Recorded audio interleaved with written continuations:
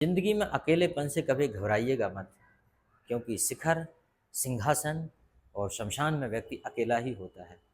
जब जब आप अकेले रहेंगे, इसका मतलब ये है कि वो कोई विशेष परिस्थिति होगी, इसीलिए आप वहाँ अकेले हैं।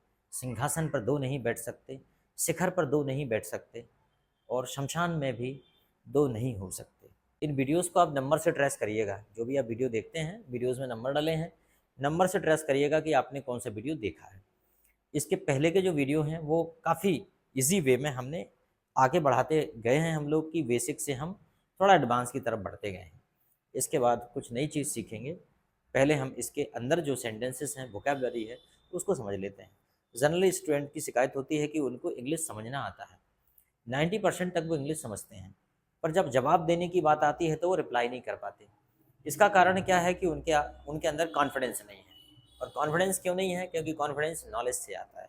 कहते हैं ना, success comes from confidence, confidence comes from knowledge and knowledge comes from study. Understand? And study भी कह सकते, study comes from passion, study comes from circumstances. कहते हैं कि सफलता आत्मविश्वास से आती है और आत्मविश्वास ज्ञान से आता है और ज्ञान पढ़ाई से आता है। फ्लावर्स हैव बीन प्लग्ड, फूल तोड़े जा चुके हैं, फूल फूल तोड़े जा चुके हैं, फूल तोड़े जा चुके हैं। And garland has been made of some flowers, और और कुछ फूलों की, कुछ, हाँ कुछ फूलों की भाई, कुछ फूलों की माला। गार्लैंड मतलब क्या होता है? माला। ये वाला गार्लैंड, कुछ फूलों की माला। कहाँ गया गार्लैंड? ये है। कुछ फूलों की माला बना ली गई है, कुछ फूलों की माला बना ली गई है और कुछ फूलों की माला भी बना ली है भाई। फूल तोड़े जा चुके हैं और कुछ फूलों की माला बना ली गई। गार्लैंड होता है जो गले में माला पहनाते हैं फूलों को, उसको गार्लैंड बोलते हैं। ठीक है। Many artist have been invited, कई कलाकारों को, कई कलाकारों को, कई कलाकारों को आमंत्रित किया गया है, कई कलाकारों को आमंत्रित किया गया है,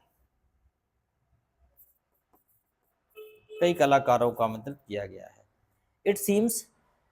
it seems remained material will have been purchased too, ऐसा लगता है, ऐसा लगता है, ऐसा लगता है। रिमेन मटेरियल मतलब बचा सामान, बचा, मटेरियल मतलब सामग्री बोल सकते हैं। Remain material will have been purchase too, वह भी खरीदा जा चुका होगा। बचा, बची या बची सामग्री भी खरीदी जा जा चुकी होगी, खरीदी खरीदी जा चुकी होगी। ऐसा लगता है कि बाकी सामग्री भी, बची सामग्री भी खरीदी जा चुकी होगी। Last year the stage had been decorated before the statue brought, statue मतलब मूर्ति, मतलब ये कह रहे हैं पिछले साल, पिछले साल, पिछले साल, साला नहीं साल,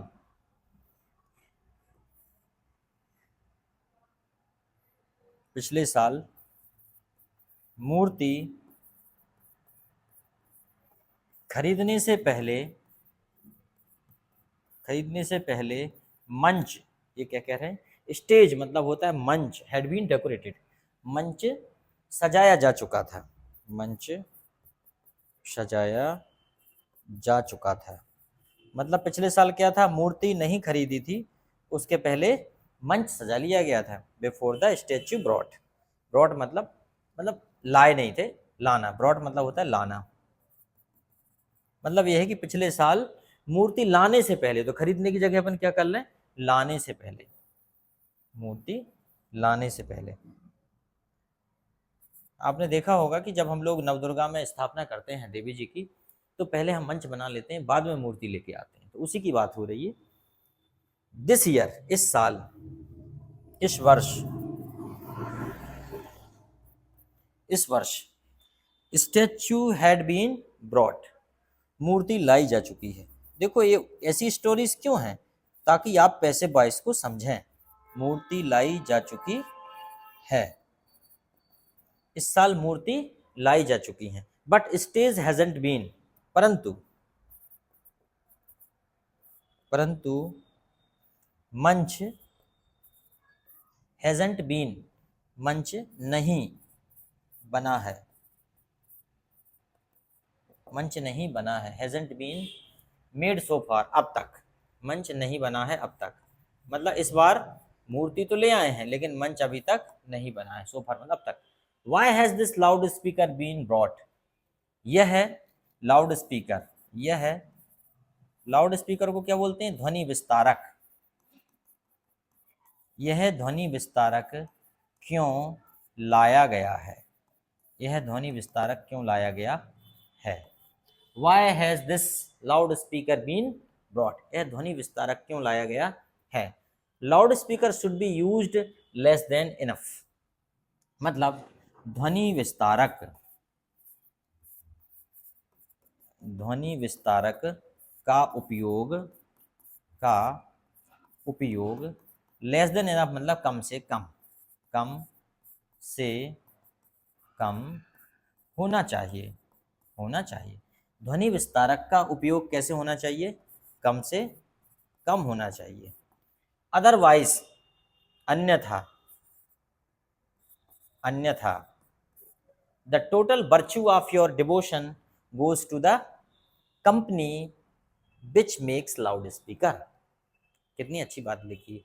अन्यथा द टोटल वर्च्यू, आपका पूरा पुण्य, आपका पूरा पुण्य, वर्च्यू मतलब क्या होता है, पुण्य, आपकी भक्ति का पूरा पुण्य। इसे फिर से लिखते हैं, आपका पूरा पुण्य मतलब आपकी, डिवोशन मतलब होता है भक्ति, मतलब आपकी, अन्यथा आपकी भक्ति, भक्ति का, दरअसल क्या है, जो कहानियां मैं बनाता हूं, मैं आसपास के वातावरण से प्रभावित होकर कहानियां बनाता हूं। जनरली होता क्या, आपने देखा होगा नवदुर्गा या गणेश उत्सव के टाइम लोग लाउड स्पीकर चालू कर देते हैं और खुद कहीं भी चले जाते हैं और वो सोचते हैं वो भक्ति भाव में लीन है। आप भक्ति भाव में लीन नहीं हो, लाउड स्पीकर चल रहा है, आपका तो कोई योगदान है ही नहीं। ठीक है, तो इसलिए मैंने इस कहानी को लिखा। द टोटल वर्च्यू, आपकी भक्ति का सारा पुण्य, सारा पुण्य goes to the company which makes loud speaker, पुण्य उस कंपनी को चला जाएगा, उस कंपनी को चला जाता है, चला जाता है, चला जाता है जो ध्वनि विस्तारक बनाती है, जो ध्वनि विस्तारक बनाती है। बताइए सही बात है कि नहीं भाई। आप थोड़ी गाना गा रहे हो, लाउड स्पीकर गाना गा रहा है, आपका कोई योगदान नहीं है। इसलिए कुछ मंदिरों में घंटियां मशीन से बजती हैं, तो मंदिरों में मशीन से घंटियां बजती हैं तो आपको कुछ पुण्य नहीं मिलेगा। जो पुण्य मिलेगा वो घंटियां बनाने वाली, मशीन बनाने वाली कंपनी को मिलेगा। शायद इसीलिए हम भारतीय इतनी पूजा पाठ करते हैं लेकिन सारा पुण्य अमेरिका को चला जाता है। देवी की पूजा, लक्ष्मी की पूजा हम करते हैं, धन अमेरिका के पास है। दुर्गा की पूजा हम करते हैं, शक्तिशाली अमेरिका है। ठीक है, सरस्वती की पूजा हम करते हैं और बुद्धि अमेरिका, इजराइल और जैसे देशों के पास है। तो इसका मतलब कहीं ना कहीं ये है कि हम लोग जो है दिखावा कर रहे हैं और उनकी मशीनों का उपयोग करते हैं, इसलिए सारा पुण्य उनको मिल जाता है। क्योंकि जिस टेक्नोलॉजी का यूज़ करके आप भक्ति भावना में लीन हो, वास्तव में उस टेक्नोलॉजी ने आपकी भक्ति भावना को सुगम और सरल बनाया है, तो पुण्य भी उसी को मिलना चाहिए।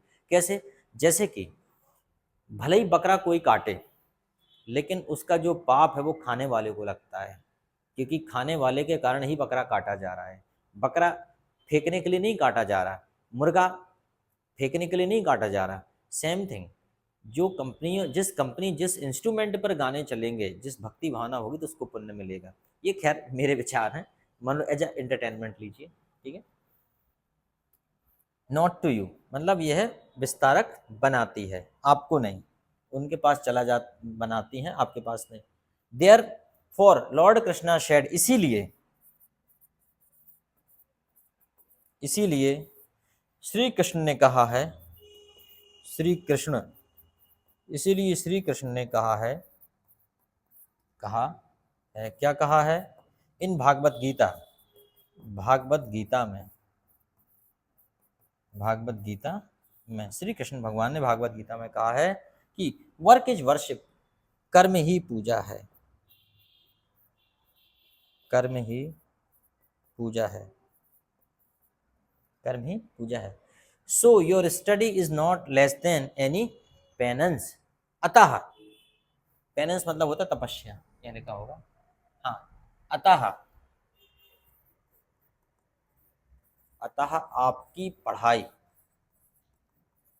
आपकी पढ़ाई किसी तपस्या से कम नहीं है, आपकी पढ़ाई किसी तपस्या से कम नहीं है। बताइए दोस्तों वीडियो कैसा लगा, अगर इस प्रकार के वीडियो चाहिए तो आप हमें बताइए, हम फिर से और नए वीडियो आपको बना के